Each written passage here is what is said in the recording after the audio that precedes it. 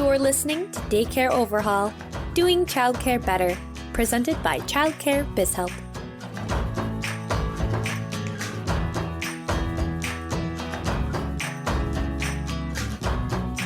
Hello, everyone. Welcome back to Daycare Overhaul, where we do childcare better. I'm Caroline Jens. And I'm Justina Patterson. And we are going to have, what, Justina? A fabulous show. A fabulous show. I was going to say we're excited to be here. I'm just so used to saying that, and we have to not say that all the time. I know, we have to come up with a new intro. Well, that was a good one. We have a fabulous show. So that was a good job. Thank you. Well, we do have a fabulous show today, though. We are going to have a special guest with us today. And our topic is on setting expectations, and not only setting them, but ensuring that people follow through with those expectations. That's important, is the follow through. Right, because it's really easy to set expectations, but to get people to follow through on them, that's a whole different story. True story. Right, but before we introduce our guest today, Justina, how are you doing? Well, I'm good. So I did my hair a little different today. Not that anyone can see it, but I put a little bun in, a side bun. It looks beautiful. You even have lipstick on today. I do have lipstick on. I thought I would just get a little fancy for everyone to listen to me talk, you know? But well, I was going to say, I have a dilemma with my hair tie. Wow. And I don't know how often you wear your hair up, but I'm going to share my dilemma with you anyway. So, you use one hair tie because you buy a pack of, 75, but you only use one of them. And you get it perfectly stretched out. It takes a little bit of time. You have to stretch it out, and it gets perfectly stretched out, and it's awesome. But then it stretches too much, and it doesn't work so well anymore. That's where my hair tie's at right now, but I don't want to restart stretching out a new hair tie. That sounds like first world problems, Justina. It totally is, but it's a real thing. Like, you stretch your hair tie out perfectly enough, and it fits exactly how you want it to. And the elastic breaks, and it's too much. And I don't have that problem. I use a different hair tie every day. Do you lose the previous one? Is that why you use a different one? So my husband would like to probably get on our podcast right now and say, my hair ties are everywhere around the house, and so are my bobby pins. See, I only use one hair tie. I use the same one all the time because then it fits on my wrist really nice, so I can just put it on my wrist when I'm not using it. All right. But I'm going to have to start stretching out a new one. It's going to be a thing. That sounds like the easiest COVID 2020 problem that we've had this year. It probably is. Well, let's talk about this. So 2020, we're almost done. 2 months left. 2 months left. Can you believe it? I feel like it's been the longest and shortest year of my life. I think that's a great quote for today. The longest but shortest year of my life. I feel like March and February was 2 months ago, but I also feel like that was a really long time ago. And, obviously time is a funny thing in general, but man, there was no summer really. In Wisconsin, it's 35 degrees today. Yuck. Yeah, it's not a good situation there, but we have something really exciting to talk about. We do. There's nothing better than thinking, gosh, I can't wait till 2021, especially considering 2020 has been, best year ever. Not. But we have to start thinking about 2021, and really, what better way to do that than to get your 2021 calendar? Exactly. We started our leadership subscription box this year. We did. We gave out our first ones, or sold our first ones last quarter, and we're all prepped and ready to go for first quarter 2021. And then we decided, hey, wouldn't it be cool to have a desk calendar that the directors could have on their desk that allowed them to do all kinds of things during the month. I remember when we were planning it, we had reached out to a former director that we had worked with, and she was like, well, why didn't you guys think of this when I was a director? I'm like, well, we did now. Right. Yay. Right. Yay. But we're excited because, again, with setting expectations, which is our topic today, and following through, being organized and, planning ahead and keeping track of all the different things that our directors have in terms of responsibility, it can be a nightmare. And we've just been working really hard at Childcare BizHelp to try to figure out different ways to help our childcare peeps out.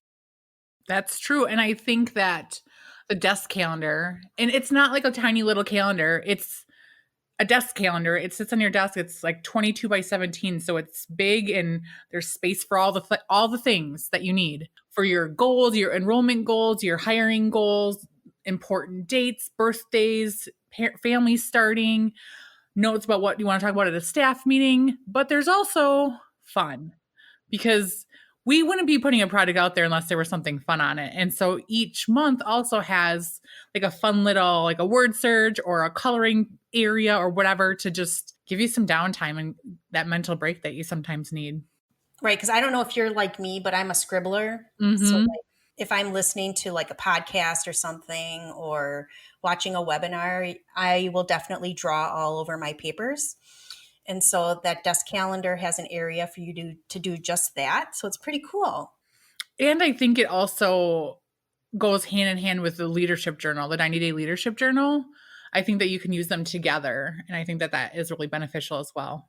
Yeah, so all kinds of really great things. If you haven't received an email or saw on social on how to order one, feel free to send us an email. We'll also put a link in today's podcast so that you can follow up on that. But cool stuff. And if anyone has ideas on ways that that we can help your team, we're always looking for innovative ideas that we can help execute. But as I mentioned at the start of today, our topic is setting expectations and then ensuring that those expectations actually get followed out. And like I mentioned, we have a special guest. Her name is Mandy Doy. Welcome, Mandy. Thank you. I'm happy to be here. Oh my goodness, we are so excited. Mandy again. So COVID totally blew out our season 1 podcast. Mandy was supposed to be on site with us, during season 1, and COVID happened. And so now we finally got to bring her on the show, and we're so excited to have you here. I'm thrilled to be here with you guys. Yeah, we have a really long relationship, and we'll kind of get into that, but I'll give your generic bio for everyone so they kind of know your background, and then we'll talk about the real Mandy. Okay. So Mandy, she holds, she runs 12 different childcare center locations. She's the chief operating officer, and she's got schools both in Chicago and Florida. So she's got a lot on her plate. She's been in the early childhood education field for over 10 years. And prior to that, she worked in the retail space. And like I mentioned, so Mandy has been a client of ours for the last 2 years, right, Mandy? Yes, I was at the very first leadership conference that you held. So yes. Oh, and honestly, you're family. So you're definitely part of our family, and we love you tons. I've learned so much from you. One of the reasons why we wanted to have you on today's show is because I don't know how you fit so much on your plate and how you execute the way you do, but it is astonishing and impressive. Oh, thank you. That's very nice of you to say. I think it all goes back to the people. It does. And we're going to get into that. But in terms of this topic specifically, you have to have your pulse on 12 different locations. And that's a big feat for anyone. And so I'm really excited for you to be able to share some of the things that you personally do. But before we get into that, maybe you could just tell us a little more about your background. Sure. So, like I said, I have been in early childhood for a little over 10 years. I honestly happened into the world by chance. I responded to a regional manager position for an early childhood company, and I thought, I'm a mom. I know what people want. And so I took a leap, and needless to say, I'm happier than I've ever been in my entire life. I am fulfilling my everyday mission. And so it's really exciting. We are a blended family. So I have 5 children that age all the way from 25 all the way down to 11. So they keep me busy. And so I'm passionate about giving parents the same experience that I wanted for my children during that time. And so that's honestly what drove me to early childhood. Yeah, I think, having children and being a mom, that really plays an important role in the quality standards that you set in your center specifically. You're not going to want your child, you don't want to run a center that you wouldn't send your child to. Absolutely. And I always say people are giving us their most prized possession. If you ask people for their car keys, they say no. Yet they come in and then they enroll their child on the spot. They're giving me something that is way more valuable and not replaceable. And so I take that very seriously. I take that commitment very seriously to those parents, and I want to ensure that their children are safe and healthy in our environment. I love that.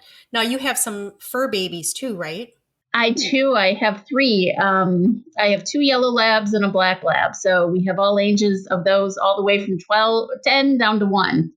Yeah, I always have to mention the fur babies because we're dog people, as you know. Mr. Gunny is here. So often in our podcast, you'll hear him shaking or licking or something. You never know what you're going to get in a Daycare Overhaul podcast. It's very true. Well, and as if your the 12 schools and your children and your fur babies are not enough, why not throw a side business into it, right? Just for fun. You know, Yeah, Mandy is, I love the fact that you, like I said, you have this energy that is impressive. And one of the things that, we actually utilize your side business, and we want to just give a shout out, and we'll again put this in the notes, but you have Bottled Up and Stuff, and you produce a lot of the t-shirts and appreciation items for your childcare centers. And you also sell them to other centers. You actually made some of the first items in our first leadership box. You made some apple keychains and some little straw holder thingies, little decorative straw holders. I see you live making tumblers? Is that what they're called? Yes, ma'am. And it's the most relaxing thing to watch. It's just really strange. But you've got all these wheels and you're putting all these colors on these tumblers, and it's just like you get mesmerized by it. Well, for the same reason that you like to watch it, it's the same reason I like to create it, is that it's a great stress reliever. It's something fun for me to do. I love being able to personalize gifts for people. And honestly, it just brings my passion to a different level. It's a different passion than childcare. So I love doing it. Yeah, and it's really neat that you're able to give back to your team, and you don't have to outsource that piece. That's something that you can do for your employees. Absolutely. And and I know them, and so it's very personal, and they know that it's a labor of love, and so it goes a long way. Awesome. Well, let's dive into our topic. So again, you have 12 locations. I don't know, how many employees is that approximately? I'm a little over 200. Okay, so you have a little over 200 employees. You have a boss that you have to manage, and we won't go down there, but you have a lot on your plate. And so obviously goal setting is very important, but even, no matter how many employees that you have, so whether you have 200 employees or 5 employees, why do you think goal setting is so important? It's something that somebody said to me years back, and she is a very good friend. She's a mentor to me from a previous career. And she said, inspect what you expect. And it always stuck with me. And so goal setting, if we don't set a goal, people don't have anything to achieve. They're just spinning their wheels, because you have to know what's the end result that's going to get you there. And by setting a goal for a short period of time, you can motivate people for a long period of time. So that's why I like to set monthly goals. It could honestly also be a weekly goal if people wanted to do that. I'm more driven by monthly goals so that people have time, so that my team has time to achieve those goals. And what type of goals? Maybe you could give some examples on some goals that you set for your team. Sure. So like enrollment, right now, because of COVID, we're seeing a dip in enrollment. And so we like to set a goal of 3 net enrollments a month. And you set 3 net because if you're just setting 3 enrollments, well, I could enroll 3 and then I could lose 6. And then I'm down 3. So I'm just spinning my wheels. So we like to give them a net goal of 3. If you give somebody a goal of 1, or if you don't give them a goal at all, if they've gotten 1, then they feel like they're achieving that. But truthfully, the matter is that you could be losing some and only gaining one. Or if you needed 20 and you wanted to, and you were only enrolling one a week, it could take you 5 months or over a year to fill your school. That's way too long. So we talk a lot about enrollment. We like to keep them on track. We like to give them recognition weekly. Praise them for what they're doing. Now, that doesn't mean in times like this that we don't cut some slack in terms of people leaving because they've lost their jobs. That's obviously outside of the director's control. But we also want to manage those as well. So, we have 3 enrollments, but if we have 3 people that left because of their job, we still have to come up with 6 enrollments to really generate some revenue. So how are we going to do that? And it starts a different conversation that you're having. No, I love that. And, enrollment is definitely probably the first thing that comes to people's minds in terms of, expectations that you're going to place on a center director. Because again, you've got, 12 different locations. You need that enrollment in order to do the other things that you need to do in order to keep your doors open. And enrollment cures all. We've been saying it for years. Enrollment cures all problems. So in terms of, the teachers, do you have your directors set up any expectations for your teachers, or is that something that you would do? The directors set up expectations for their teachers. I mean, they're fairly general expectations in terms of being engaging when a tour comes in. We may have them help us with marketing portions of it. So all the teachers go to different places. So finding out where are they going where the children are, and how can we possibly market to that? So we do use our teachers in terms of marketing and presenting our brand in a way that we want to, that entices people to want to enroll with us. Oh, that's great. And I think one thing and we forgot to mention where you're from. You're from Daycare Team. So you have, 5 brands, correct? We have 6 brands now. Brands. Oh my goodness. Oh, no, 5. I'm sorry, 5 brands. You were right. I apologize. It's all good. I'm losing track. So one thing that I really love about your company in general, and I know this from fact because we talk on a weekly basis about your, the expectations for your company, but you align those expectations with the main vision of the company. We do. We work hard. I mean, we want people to feel like they're in a loving environment. Our mission is love, learn, and collaborate. And so everything we do revolves around those 3 words. So we want to be sure that our team feels loved. We want them learning things on a daily basis. And we definitely want their collaboration.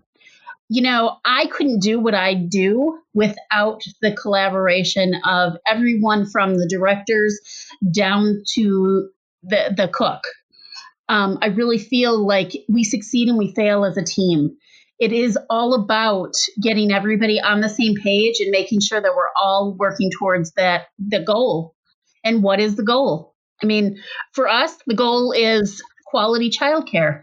Full schools, quality childcare. Well, and I think, one of the words that I like to use is clarity, because when you have clear expectations, when you have a clear vision for your company, everyone is clear on what is required of them. And when you have that type of clarity and they know the direction that they know that your mission is love, learn, and collaborate. So there's no way to deviate from that unless you are just totally not plugged in at all. I don't even know what the word is. I mean, they wear it on the back of their shirts and sweatshirts. So I certainly hope they know it's love, learn, and collaborate. So Mandy, how do you set expectations for yourself? You're at kind of that upper level position, and you may not necessarily have someone else setting expectations for you, but how do you on a daily basis make sure that you're targeting and being intentional with what you're trying to accomplish? I think for me, it's all about goal setting. Like, where do I want to be in a month? Where do I want the company to be in a month? And then achieving those, or if I don't achieve it, how do I achieve it the next month? And set, especially as we go through COVID, I mean, everybody is spinning their wheels with COVID. And I think that the most important thing is to remember is that you're slowly climbing back up. You're not going to see in states like Illinois, you're not going to see a huge jump in childcare. You're going to see a steady increase.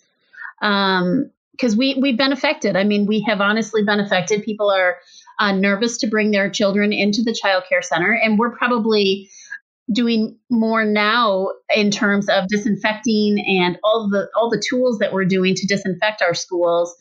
We're doing amazing things, so people should feel very confident when they come to us. But so I think it's just goal setting and looking forward into the future. You said, many times people look at today or tomorrow or the end of the week. I'm looking to January. I'm looking to February. I'm looking at what do we do differently next year to be able to achieve what we want to do. I mean, 2020 is essentially in my mind, and we're still going through the motions of it, and I'm still setting goals and we're still trying to achieve those goals. But I'm looking at what do I want to accomplish in 2021, both personally, professionally. I mean, I do the same thing for my side business. I do, what do I want to sell? What are my new things that are trendy for people? What do people want to see? And then how do I get there? So I'm very much a pen and paper type of person where I want to put it on paper and I need to visualize it and I need to walk through it in my mind for a little bit. I also am a processor, so I need to think about it, and I need to think about it on that drive where you don't have the radio on and you don't know that you don't have the radio on because you're so deep in thought.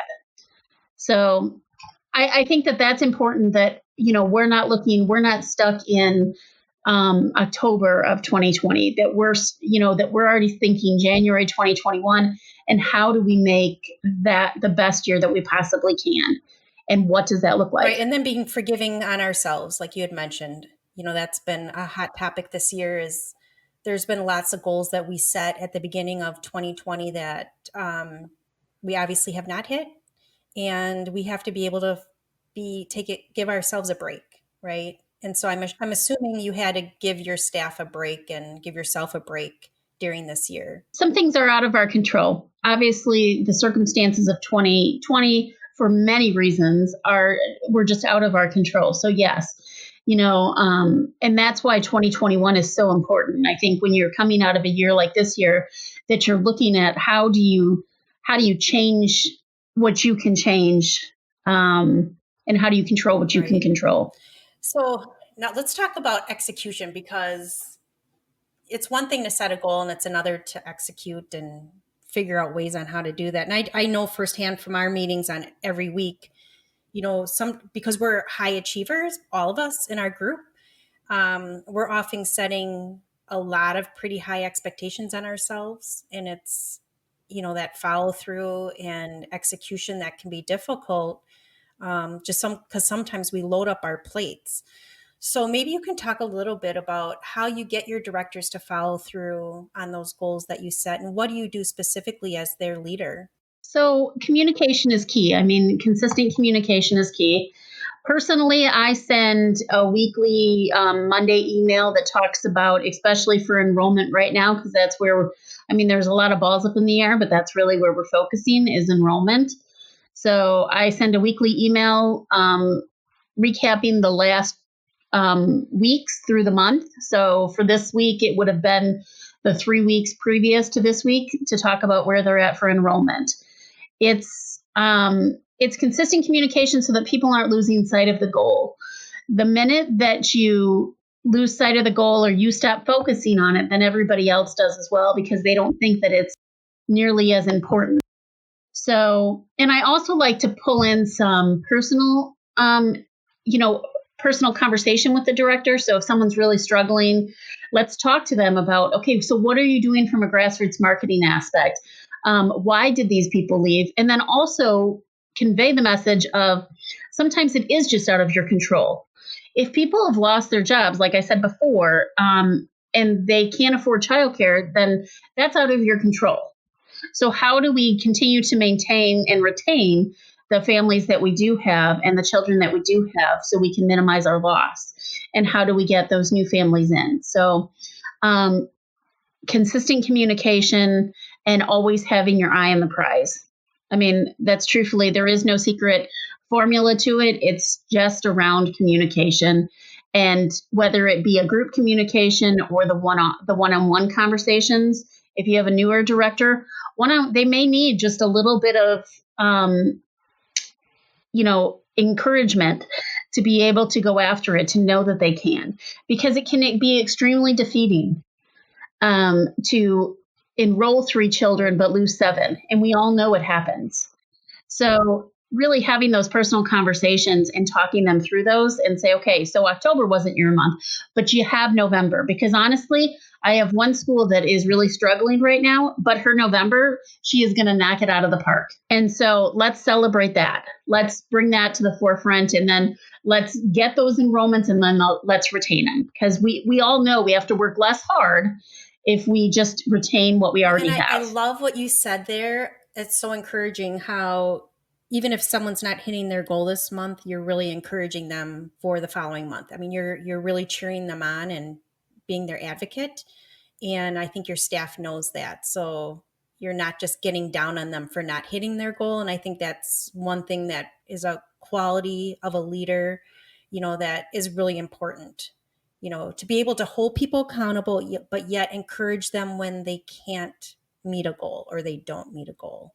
Now, what happens though if you've got that consistent person that, whether they're a director or a teacher or whatever, that's not necessarily following through, or they're giving you pushback, or like you had mentioned earlier, one of my biggest pet peeves is when someone knows an expectation and then as soon as you don't bring it up for like a week, they think it's no longer an expectation. Like Justina and I were talking about when she used to be in charge of collecting photos for social media. Do you want to talk about that, Justina? Well, when I came into the position where I was in charge of that, the prior expectation, I think, was like send 2 pictures for the month. Okay. And first of all, sending 2 pictures for a month is not going to cut it. We need to be sending pictures all the time. And so I was like, I need to do something. And there were some other weird trains here. We need trains here. I told you, like, a train comes on Tuesdays at like 2:30 or 3:30. Trains here. Anyways, there were some other outlying weird things, like the person wanted like the horizontal picture. I was like, no, I don't care what the picture, like what direction the picture is. Like, I just want pictures. And so after some thought, I was like, okay, this is what I'm going to do is I'm going to assign each age group a day that they have to submit pictures. And so I went around to everyone and I asked them, like, what's the day that you do like the most kids are there, or you do like your big, because sometimes, like we're going to do a cooking activity every Tuesday, or, our pre-K classroom wanted to have Friday so they could send pictures for the whole week. And I was like, perfect. So I went around and I asked everybody, I put a schedule together and I said, this is your picture day. You have to send me pictures on your picture day. And that was the expectation. And if I didn't get a picture by 3:00, I would be calling the room like, hey, do you have pictures for today? And it took a little bit of time for them to get in the habit of it. But then it was like, I would get them without even having to call and ask. And then, they would contact me and say, hey, can I switch my picture day with so-and-so? I already talked to them about it because we're doing this really fun activity on this day. And I was like, yeah, that's great, as long as you guys have figured it out. But they knew that was my expectation, that they had to submit pictures. And then after I kind of did that, I got a little bit picky about what was the content of the pictures. Like, I'm like, yeah, stage pictures of them smiling. That's all like really cute and great. But like, we want pictures of the kids learning and engaged in activities and that sort of thing. So then it got to the point where they would call and say, hey, I sent pictures. Can you tell me if they're okay? If not, I'll take other ones. And so then they got in the habit of knowing, like, this is what that she expects. This is the kind of pictures she expects. And I know that if it's borderline, I can call and ask her. And I would say either like, oh, try again, or no, this will be fine, or whatever. But I set that in motion, and it took a little bit of time, but eventually it was amazing. And then I never had a problem. I never had to scrounge for pictures because I got them all the time.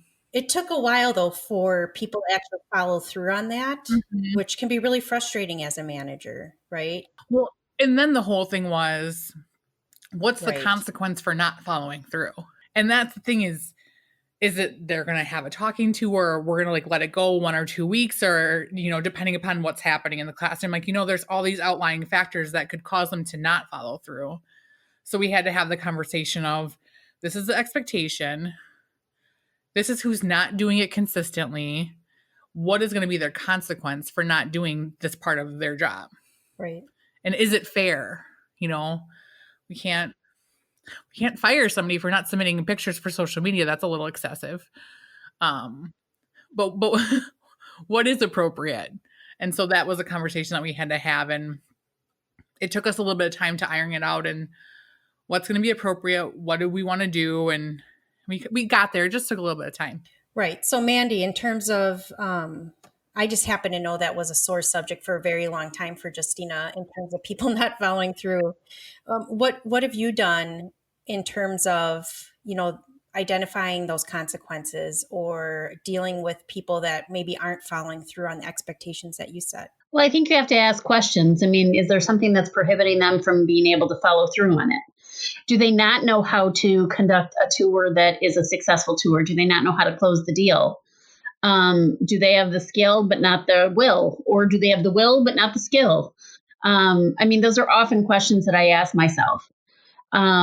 The interesting thing is I always tell my directors, like when they're going through situations or they're handling things, so there's a reason that you're in your position and there's a reason that other people are in their position. So I often ask myself that, like, is this person in the right position? And that doesn't necessarily mean that they're a bad person. It just means that maybe we're just not the right fit for them.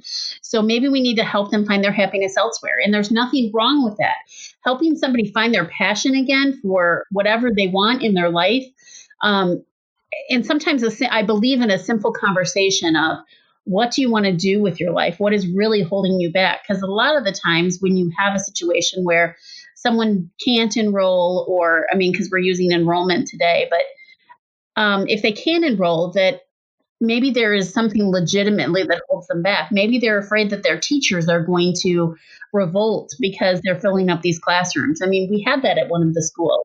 The teacher said, we will, if you fill up our capacity of our school, we will all walk. We only want 4 infants, 5 toddlers, 8 2-year-olds. That's all we want. And the director was terrified of the staff. So once we figured that out, well, gosh, once we dealt with that, we could enroll all the children, and the school is actually doing extremely well these days. So I think you just have to ask the follow-up questions to it. I also think, given your examples that you've given and, just in Caroline and my past experience, when you set those expectations and you follow through on making sure they get done or whatever the consequences, you're giving them ownership of their classroom. If it's the teacher, I know, Mandy, you had mentioned the teachers like go and do certain things and the directors have certain expectations, but you're giving them ownership of their own, classroom or center or whatever. And then they become more passionate about it and they're more invested. So I think once you can set those expectations and they know what's expected of them and they know how to achieve that, they then have ownership over it. And they either, I don't know if care more is the right word, but they might try harder or have more passion to follow through on those things. Did you need to say something, Mandy? I was just going to say, it goes back to the WIFM. What's in it for me? You also have to make it relatable to those teachers. Why do they want full classrooms? What is the benefit to them? Because in their eyes, all they have to do is work harder then. So there has to be some benefit to them. So perfect. Justina, you hit the nail on the head. Well, and I think sometimes as an owner or, someone in your position, Mandy, if you didn't tell them what was in it for them and you just like kept it to yourself, even though ultimately it could lead to more classroom supplies or bonuses or whatever it may be. If you don't tell them that, like, there's no reason to not tell them. Like, it's about being transparent and saying like, no, like, let's really talk about this. Having 3 more kids in your classroom could mean you can have more, planning time, or you get more supplies for your room, or, if you guys can maintain, or for a director, if you can maintain this FTE for this long, you get this bonus or whatever. And really showing them that it's not just about the owner's bottom line. It's about all these other things too, because sometimes they don't understand that.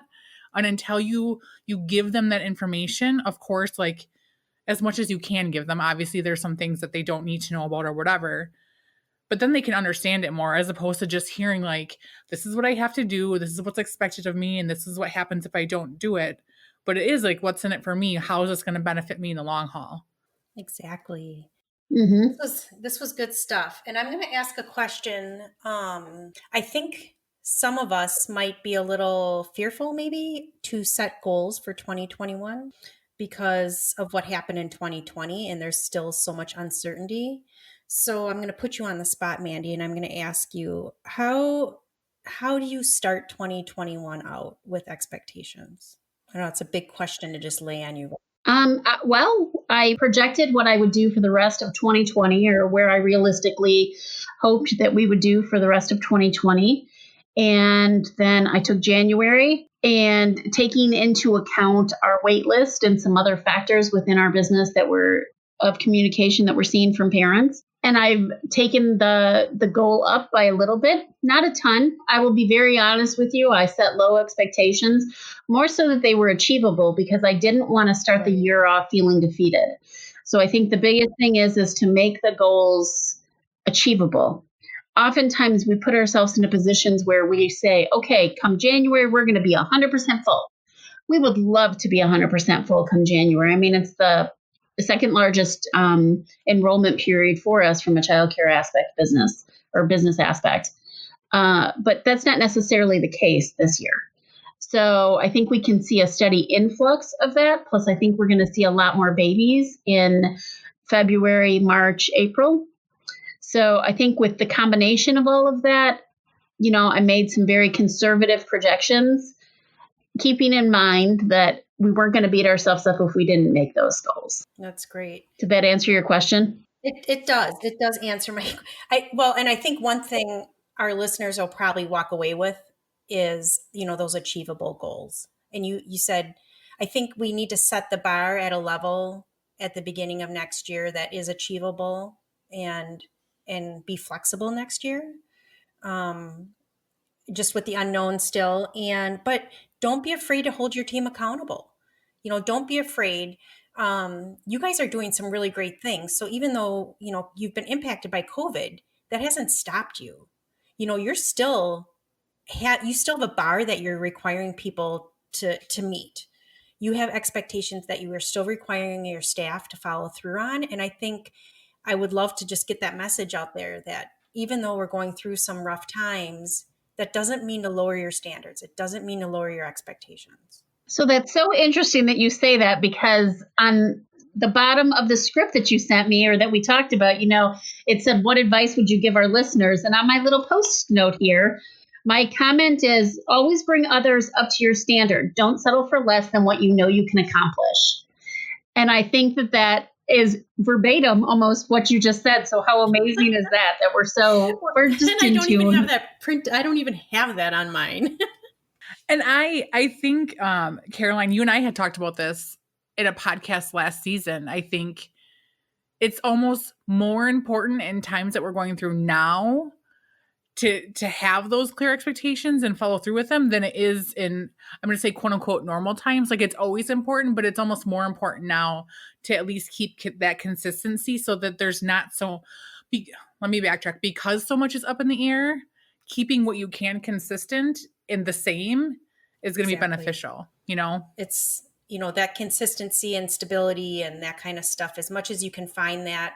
If we stop holding our teams accountable right now, if we stop setting expectations, our team is going to feel lost because they're used to having that done. So it's definitely something that we need to keep up with.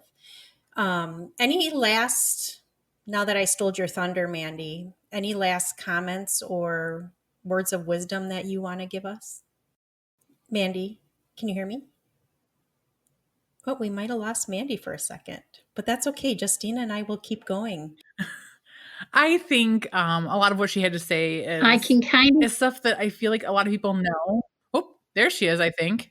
Maybe. All right. Well, Justina, I think we'll have you kind of do a summary and wrap us up here, since I think we lost Mandy. I can see her.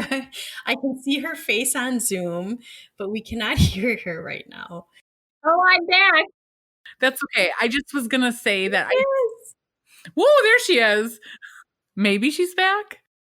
I have a funny story I have to share now, kind of about this. So in college, in my former life, I was on the radio, and I did a radio show on our local college station. And we always joked that like college radio can be summed up in 5 words: dead air, dead air. Because, people get kind of uncomfortable and they don't know what to say. Right. So they just kind of go, and there's like lulls in like the audio and that sort of thing. So it just reminded me of that we're kind of like, oh, what's going on? What's going on? It's happening. It's fine. No big deal. That's okay. We're still doing childcare better. That's really what we stand for.